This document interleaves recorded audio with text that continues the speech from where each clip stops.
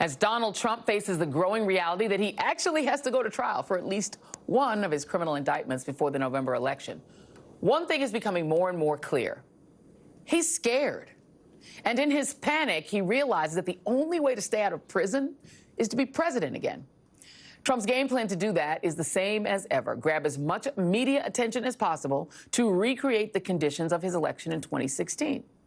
But since most TV networks won't breathlessly cover his rallies the way they did in 2016, his nonsensical lies, that he spews on a daily basis, they reach just a fraction of the people that they used to, basically just his ardent cult members. So in a desperate attempt to get the cameras back on him, he's doing the most, as the kids say. Things like showing up to court for hearings and trials, even though he doesn't even have to be there. Yet complaining that showing up at trial takes him off the campaign trail, when he's really just there to get on TV and spew his talking points to a wider audience. And new reporting today from NBC News says Trump's aides and allies are even considering having him give the Republican response to President Biden's State of the Union address next month, so that he can get some primetime coverage.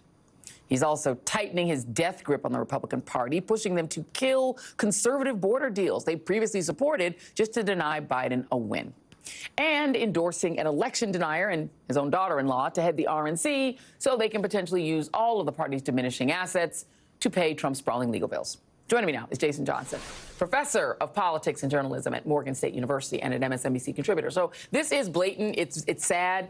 Donald Trump doesn't get the breathless coverage. Even this network played all his rallies, right? And a lot of people blame the media for electing him. Media's not doing that again, so showing up at trials and doing the RNC response. Yeah.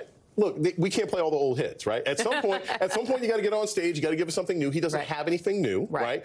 There's not a major financial crisis that he can run off of. There's not a major crisis that Trump hasn't manufactured on his own that he can run on. Yeah. And he really was a media creation in 2016. 100%. It was coming off The Apprentice. It was calling in and saying, hey, I'm this person, I'm that person. None of those things are the case anymore. And so if the only way that you can make people want to vote for you for president is showing up to your trial on time, I don't know that that's really a good plan. Right. And so the other thing that they're trying to do is they're using the age thing, which is really ironic, and the age memory thing, because Trump really not sure whether E. Jean Carroll is his ex-wife. Like, he actually doesn't know the difference between these two women under oth.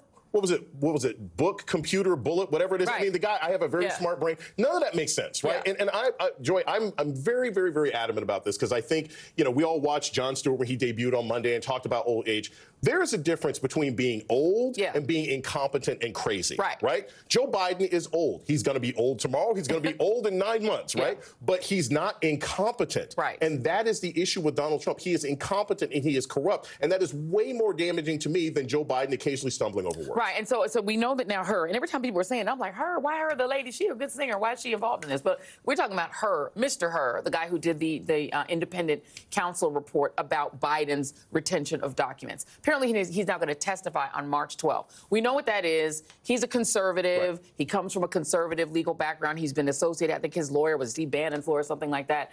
So now he gets a chance to get in front of a friendly congressional panel and talk about how incompetent and mentally sort of damaged Joe Biden is. My question, though, is this an opportunity, really? Because Democrats are going to be there, too. It's not like they're going to have a hearing with no Democrats. And Democrats are really good at picking their smart ones. Right. And Republicans are really picking their kooky ones. Yes. It's going to be an interesting hearing. Well, look, here's the other issue. You can only go so far with this, right? Like we saw this with Nikki Haley. You start playing with age, and you get really close to offending people, right? Yeah. Because guess what? There are a lot of men and women who are in their late 70s and early 80s. Wait, and guess who votes the most? Yes, exactly. Older people. Senior citizens, People over 60 are the highest percentage voters. At a certain point, they're going to be like, okay, now you're doing too much. Exactly.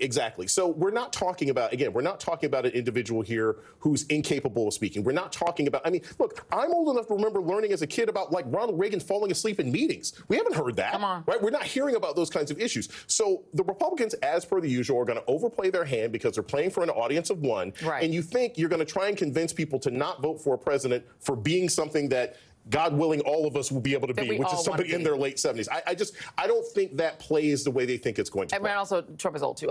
This is an issue, though, I think that is real for Biden. And it is the Gaza issue. Slate has a piece that talks about It talks about the 1,000 pastors who signed this letter calling for a ceasefire. And there is now, I think, growing reality. This is not just a talk, and it isn't just Arab Americans and Muslim Americans. It's black folks that really cannot justify this dual image of Joe Biden as this compassionate man who cares about people and is super compassionate when people die. And this guy who seems so hard-hearted toward the Palestinians.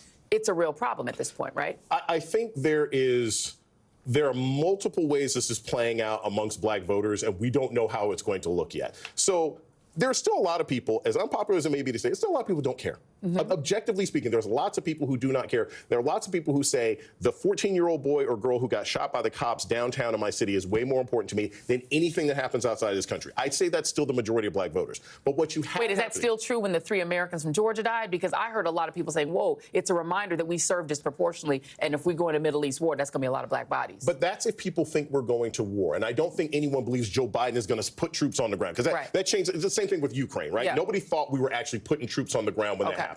But I do think that what you have is African-American thought leaders are saying, hey, wait a minute, this is a problem. If you've got black church people marching from Philadelphia to the White House to talk about this issue, and let me be clear, church pastors are not liberals. This isn't somebody. This isn't some loud teenager talking on TikTok. It's not just the pastors. The pastors are saying to the White House, my parishioners, particularly my parishioners under 40, are not down with this. They see themselves in the Palestinians, and they don't understand why Joe Biden is this way with this group of people. I think that from a purely strategic standpoint, the president has to do better than simply talking to people. There is a point at which I think people want to see a policy change. Now, what policy change he's going to make and whether that makes a huge difference down the road, we don't know when that's going to be. But I do think that we're reaching this point now where it's not just an obscure idea. Like I said, I think the majority of people don't care. But the people who do care, it's going to matter to them. And I will say this, and Joe, you know this, I loathe these sort of generic things of in the barbershop. There are other places that black people go. You can see me, I'm not in the barbershop that often, right?